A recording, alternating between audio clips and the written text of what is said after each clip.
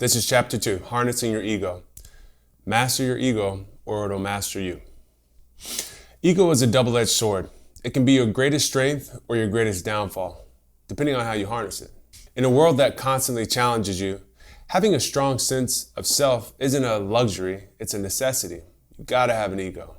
But ego, left unchecked, can ruin you. The difference between success and failure often comes down to how well you control your ego. Whether you let it guide you towards greatness or let it drive you towards recklessness. Too often, people think of ego as purely negative, something that needs to be suppressed, oppressed, or something that we need to fight against. But I believe ego, when used correctly, is a powerful tool. It gives you the confidence to go after what you want, to step into the ring, literally and metaphorically, believing that you belong there. Harnessing your ego isn't about denying your ego, it's about directing it and redirecting it. It's about controlling it and making it work for you, not against you. I want to share a story with you that my father shared with me. When my father was young, he found himself on the wrong side of the law more than once. He was known in the street for his strength, his fighting ability, and his pride. But there's one story that sticks with me, one that taught me more about ego than any book ever could. Back in the day when he was a teenager, my father had a run-in with another tough guy named Ikibu. This guy was notorious in the streets for always carrying a knife around and cutting people, killing them. And he and my dad had gotten into it over something, I believe a dispute over a friend. My father had been telling everybody in the street what he was going to do when he finally found Ikibu. He had been looking for him. He was all fired up and his ego was driving him to prove himself, to show everyone who the real alpha was. But of course, life has a way of humbling you when you least expect it. One night at a house party, my dad was hanging out and Ikibu caught my father off guard. He snuck up behind him in the dark and stuck a knife to his back. My father turned around and there Ikibu was, knife in hand. And he said, "Hey George, I heard you've been looking for me." At that very moment, my father's pride could have gotten him killed. He could have tried to fight back, to show Ikibu that no one messes with Big George like that. But instead, he remembered something his mother told him. He remembered when she said to him, "It's better to say, 'There he goes,' than 'There he lies.'" So my father did something that most men wouldn't. He swallowed his pride and he told Ikibu, "Nah man, I'm not looking for you." And that is a decision that saved his life. His ego, which had been pushing him to act, was suddenly harnessed by his mother's wisdom. He realized that survival, not pride, was what really mattered. And that's a lesson for every young man. There are moments when stepping back is the smartest thing you can do. And there's no shame in it. In fact, it takes more strength to walk away than to give in to your ego's need for validation. And that's the power of harnessing your ego. It doesn't mean that you're weak. It means that you're in control. You use your ego when it serves you and you check it when it could cost you. That story from my father taught me more than just how to manage my ego. It also showed me the invaluable role that a woman plays in the development of boys and young men's lives. Even though this book is about fathers sharing lessons with their sons, we cannot overlook the wisdom passed down by the women in our lives. It was my grandmother's words that saved my father in that life or death moment. It was her words reminding him that survival matters more than pride. Years later, that same lesson saved me.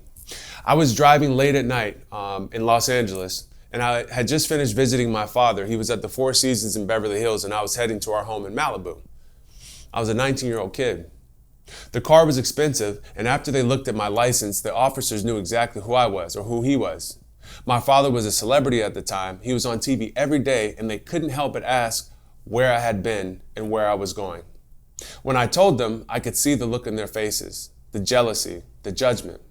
I knew that they were picking on me because of the car I was driving, because of my dad's fame, because I was leaving Beverly Hills and going to Malibu. Of course, they should have just written me a speeding ticket, but instead they asked me to pull off the freeway. They made me drive into a dark neighborhood and pulled me off to the side and made me get out of the car. They kept accusing me of being on drugs, trying to provoke me. They told me I was on 5 or 6 different drugs, and I kept saying no. It wasn't fair. It just wasn't fair, and I knew it. And I felt my ego flare up. I was hurt, and I was enraged, because I knew they were treating me differently. Not because of anything I had done, but because of who my dad was and what I represented to them. My ego wanted to lash out. I wanted to defend myself, to give in to the anger. But then I remembered that story that my father told me. The same one that had saved his life when he had Ikibu with that knife to his back. I remembered his mother's words and they echoed in my mind. It's better to say, "There he goes," than "There he lies." And I knew that reacting would only make things worse. So I stayed calm, swallowed my pride, and I didn't give them the reaction that they were looking for because they wanted to beat me up and take me to jail. I knew it. That's the real power of these stories. My father taught me the importance of choosing when to fight and, more importantly, when not to. In that moment, that story saved me just as it had saved him many years ago. The wisdom passed down through generations from my grandmother to my father to me reminds us that harnessing your ego is not weakness, it's strength. It's about knowing when to stand your ground and when to walk away, keeping control over your reactions and your future. And furthermore, the fact that I learned this lesson from my grandma through my relationship with my father taught me an even more important lesson that has ensured that I never end up in a situation where I got a knife to my back. And that lesson is never look for or engage in physical conflict unless it's worth your life. I repeat, never engage or look for physical conflict unless it's worth dying for. Now let's talk about ego's role in self-belief. Harnessing your ego is not just about survival. It's about thriving. It's about believing that you're capable of achieving greatness before anybody else believes that you can. My father taught me this through another story. After he won the gold medal in the Olympics, he had a dream. He wanted to be the heavyweight champion of the world. But there was a long road ahead, over 37 fights before he even got a shot at the title. But here's the thing. Before every single one of those 37 fights, when my father walked into the ring, he walked into the ring and thought to himself, I'm the heavyweight champion of the world. In his mind, he wasn't a prospect. He wasn't a contender. He wasn't an up-and-comer. He was already on top. As he stepped into the ring, he would quietly say to himself in his mind, he would say, and the heavyweight champion of the world, George Foreman. He would say this in his mind. He told me this, and he believed it long before anybody else did. This is where ego plays a positive role. It's about self-affirmation.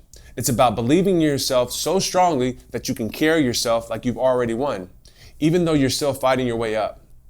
That's how champions are made. They don't wait for the world to give them the permission to be great. They decide it for themselves, right then and there. Ego, when harnessed like this, gives you the power to visualize success. It gives you the confidence to act like the person you want to become, even though no one else sees it yet. My father didn't step into those fights hoping to be champion one day. He stepped into those fights as the champion that day. And it is this mindset that carried him through every challenge, every punch, until he actually became the real thing, the heavyweight champion of the world. Now let's talk about balance, because that's what it's all about. Harnessing your ego doesn't mean ignoring humility. There's a fine balance that we must strike, because both are essential. You need enough ego to believe that you can achieve great things, but enough humility to recognize when you still have work to do. Ego can push you forward, but humility keeps you grounded. When my father was preparing for this fight, his actual heavyweight title fight against Smokin' Joe Frazier, the most feared guy in the game at the time, he was so nervous. His knees were shaking, and he wasn't sure how he would measure up against one of the most feared men ever in the boxing industry. But instead of letting that fear take over, he harnessed his ego. He stared Frazier down, stared him down, making sure that Frazier wouldn't be able to look down and see his knees shaking. He told himself that he belonged in that ring, and within 2 rounds, he had proved it. But even in victory, my father always knew that greatness comes with discipline. It comes with recognizing that no matter how strong or talented you are, that there's always more to learn. Ego might tell you that you've arrived, but humility reminds you that the journey never ends. For young men today, the world is full of distractions and noise, constantly telling you that you should be this way or you should act this way. There's a lot of pressure to prove yourself, to show off, and let your ego run wild. But the truth is, real strength comes from mastering your ego, not letting it master you.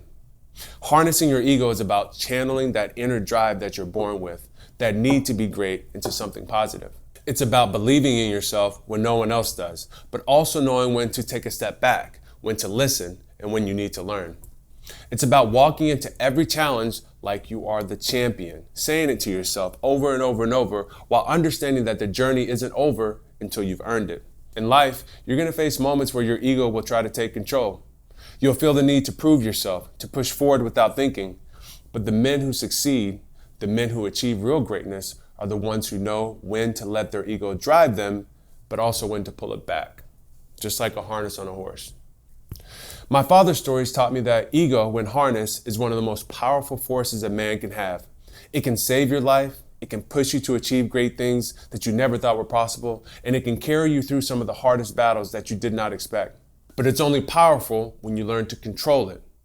When you learn to harness your ego, not only do you survive, you start to thrive. So in conclusion, I urge you to think of your ego as like a fire. It can burn you if you let it run wild, but if you harness it, you can use it to light your way to the achievements that you dream of. The key is balance. Use your ego to fuel your ambition, to give you the confidence to step up to any challenge like you've already won. But never forget the importance of humility, the ability to take a step back when needed, and the wisdom to know the difference. Harness your ego, and you will become the man that you were born to be. Let it control you, and you risk losing everything. The choice is yours.